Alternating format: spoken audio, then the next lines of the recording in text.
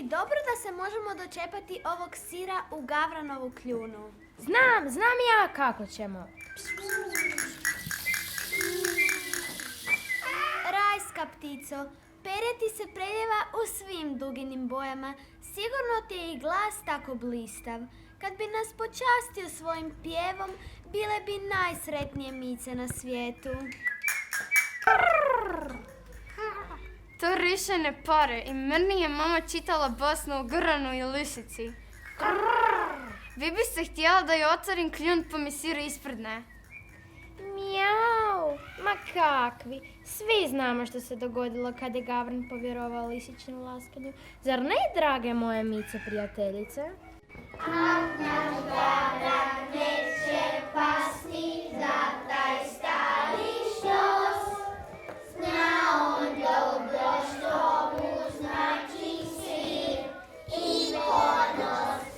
Ja sam čula da si ti izvrstan žongler i da možeš baciti sir visoko u zrak i opet ga uhvatiti.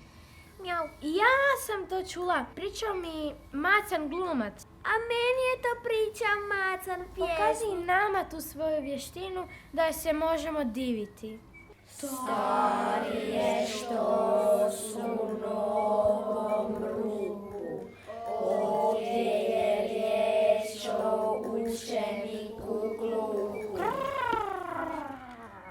Ja zapravo i jesam vješti žongler, jer kako bih inače uhvatio ovaj maleni komad sira?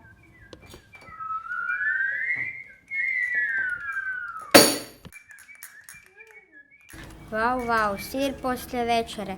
Mora da imamo francuskog kuhara.